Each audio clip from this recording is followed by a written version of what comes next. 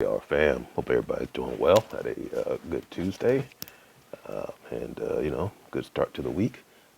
Let's do a real quick recap today. We're going to start out on our higher time frame, look at the daily real quick, and just want to point out a couple things. We still have, we have, of course, ES on the left, NQ on the right.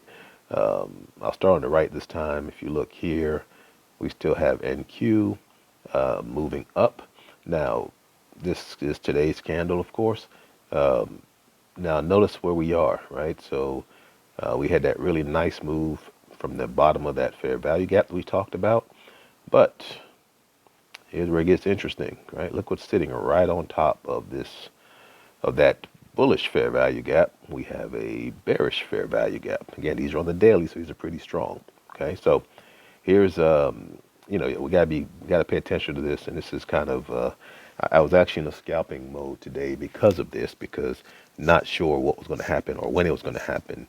Because what should happen is since we're up here now, we've cleared the bullish fair value gap, we're into the bearish, we technically should start moving down, right, inside this gap. And we're about halfway through it now, so good possibility we'll move back down.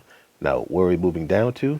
Well, nice. The good part is we actually created a daily bullish fair value gap, a few points down, so we can actually come down into it and then potentially move back up that way. All right. Okay, but that's that. If I'm using my fair value gap theory, that's what should happen. Not saying it will, not saying it won't, but that's what should happen, and we'll keep an eye on it. Now, on the ES side, we don't have that. This is again on the daily. We don't have a bearish fair value gap anywhere up here to kind of hold price down. Okay, so interested to see where we are. We did actually take out the daily sell side. I'm sorry, daily buy side today, just barely. We wicked above it and came back down. So in theory, we could actually use that as our catalyst to move down. You see again, we have another potential bullish fair value gap to come down to and move up. Or honestly, we could just keep moving up, right? Because we have additional liquidity areas above that, including a daily and a monthly, right? So, head on the swivel, keep your eyes open, take a look at your higher time frame, see what they're doing. But, that draws us down into our, let's go down to our 5 minute really quick. And so today, a little frustrating for me because I was having some trouble with, I'm using Apex for my funded account, which goes through TradeOvate, which then shows up on TradingView. And so, the challenge I had today was I had a pretty significant lag going on. And again, because we were in that, going from that bullish to bearish fair value gap, I want to just scalp today. What I mean by that is, you take, 5 points, 10 points, and just, get in, get out really quick. A lot of my trades are less than, could be 30 seconds or less when I'm in that mode. But it was a severe lag, so I can see the price moving up and down the chart. But my, the dollar amount doesn't matching up to that. So I see price move, and then 10 seconds later, 15 seconds later, the price would move. And by that time, the price has moved on the chart again. And so I did get caught one time where I sold out. I pressed the sell button when I was positive, and by the time it processed, I was negative like $40. So I was a little upset about that. But right at 350, I made that back with a pretty nice, I knew price would move up. Don't ask me why. That's a whole different conversation. So I jumped in, got my money back, and I took like a couple $100 in addition for, I call it pain and suffering. Right. So, but yeah, so today was a little finicky. So I really didn't trade like what I wanted to, because I just didn't trust. I didn't trust the orders to be processed accordingly. All right. So still made out on positive today. So no complaints there, but just wasn't as, I couldn't be as aggressive as I wanted to be. We'll go into detail on these, but again, you could see now we had ES. Well, ES was interesting, so we'll talk about it for a second, because ES actually never retraced. All right. So if you were doing ES today and you were doing a DR trade, you did not have a trade. Okay, what I mean by that is, just again, we confirmed high here. All right, we're into a fair value gap. All right, so we're in a fair value gap. We confirmed high, so we want price to come back down here and then move up. But if you notice what happened, we actually didn't do anything. We actually didn't even come back to the fair value gap, right? So price, the close we got was here, and we just took off, right? And then we came back down here again, kind of same thing, and took off. Okay, so we didn't get to this fair value gap.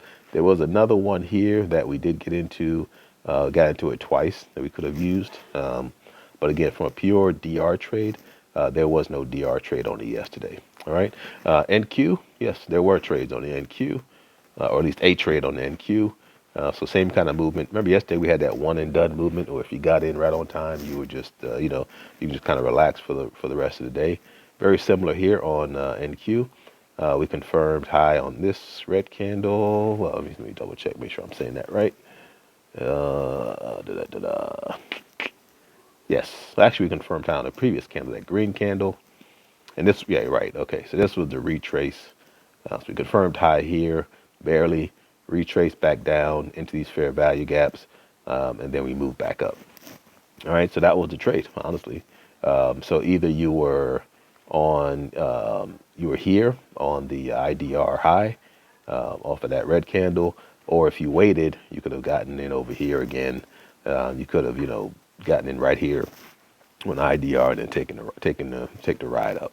All right, so one thing I do want to mention, and then somebody asked me this question, so I'll talk about it, is, I say this all the time, like on the ES, and I'm still getting my bearings on NQ from a points perspective, but on ES, 5 points a day is all you need, right? Because 5 points a day on the minis, and that's $250, okay? Because $50 a point. And so if you think about it, once you get comfortable making 5 points, which is really not that hard most of the time, on the ES I'm talking about, right? That becomes a very it's repeatable, right? Once you can repeat it every day, a lot of times what you'll try to do is try to stretch it out to 10 points or 20 points, right? So let's think of it a different way. What you could also do is actually up your number of contracts. Okay, so instead of doing the one contract, you can actually just do 2 contracts. Those 5 points will get you $500 versus having to go to 10 points, right? Which is a much bigger ask sometimes on the market. Okay, so just some food for thought there for you guys. Once you're comfortable and consistent in making those 5 points, if you're not consistent making 5 points, and that's your goal, then keep doing one contract. You don't want to blow your account up or lose all your money trying to, chase those 5 points. But again, if you're doing DR and you're following the rules like you're supposed to, then it really should, most of 70, 80% of the time you should be able to make that, make your profit target. Now on NQ is very different. NQ moves very differently. Okay, and so I don't want to put any parameters on NQ for you. Not yet anyway. Again, I don't have my full parameters. Most of the time I scalp when I'm on NQ. Like I get in, hey, here's a number I like. Let me go ahead and get out. Okay, so like we talked about before, NQ moves much more sporadic than the ES. So even though the movement's the same, right? If you look overall, right, you have the same type of movement. It just moves differently, and again, your points are different here, right? So NQ is 20 points, $20 per point. So you move 5 points. Yeah, it's only $100, but you can move 5 points on NQ in like 2 seconds. All right. Most NQ moves are 20, 30 points. By the time you kind of get into the trade good. All right. So anyway, if you're new and you're learning and you want to just be a little more consistent, stick to the ES. Once you get to the point where you are consistently making your points, then you can be able to go ahead and just up your go ahead and up your contract count versus trying to let the trade run longer. Okay, if that works for you. All right. So anyway, last couple of days you could have just basically got in the trade and just kind of, not say walked away, but you could have, have a Coke and a smile, as we used to say back in the old days, and just let the price take care of itself. All right. So anyway, hey guys, love on your loved ones. You never know when you won't be able to do it again. So take advantage each and every opportunity. Appreciate you guys. Thanks for tuning in. The ones that do all the time, and leaving comments and sending me DMs, all that good stuff. Appreciate it. and I will talk to you guys later.